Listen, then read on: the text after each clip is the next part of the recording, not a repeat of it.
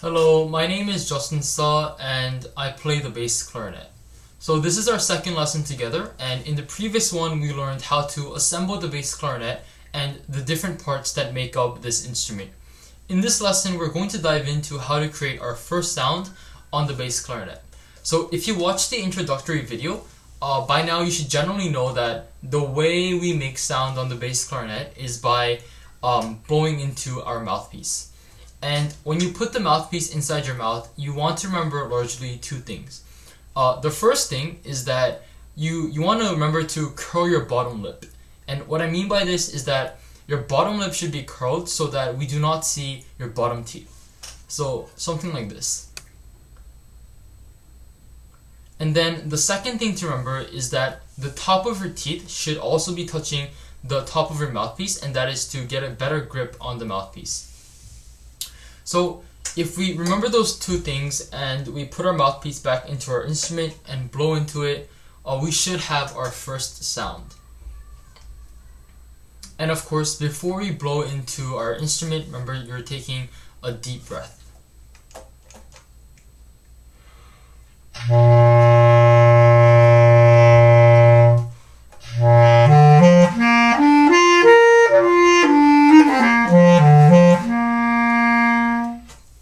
So for today, we're not going to really focus on like the specific keys or specific sounds we want to make, but rather we just want to focus on creating our first sound, right?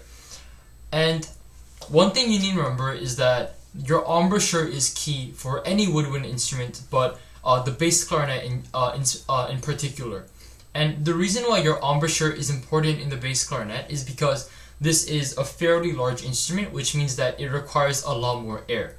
And in order for you to transfer the air in your body effectively to your instrument, you want to make sure that the muscles around your mouth are working in a way that maximizes your ability to put the most air into the instrument. And that is where your embouchure comes in.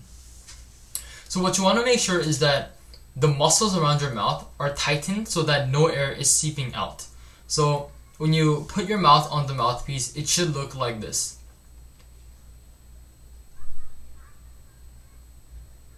Your embouchure should be tight so that even if you blow into the instrument, no extra air will seep out.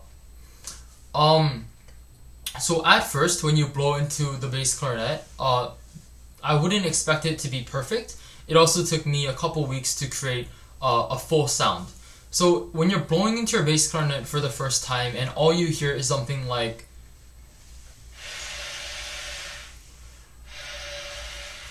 where you are blowing into your instrument, but you just don't hear the sound coming out. And that's because you're not putting enough air in, or because air is seeping out because your embouchure is not tight enough. So basically that is because, again, the bass clarinet requires a lot more air just because it's a lot larger than any other instrument, right? So all of that can be fixed with a little bit of practice and perfecting your embouchure. But if you're really struggling to create your first sound on the bass clarinet, I would suggest getting something like a balloon and practicing like a tight balloon and practicing blowing air into that, because that will give you a feel of how tight your embouchure must be or how much air you want to put in.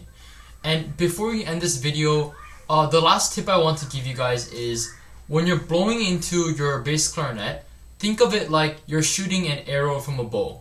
Because when you shoot your arrow, the arrow does not fluctuate in the air or go up and down, right?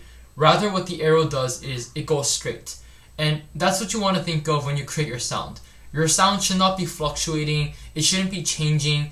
Rather, you want to have a full sound that remains consistent throughout the time you're blowing into your instrument. So good luck on creating your first sound, and I'll see you guys next time.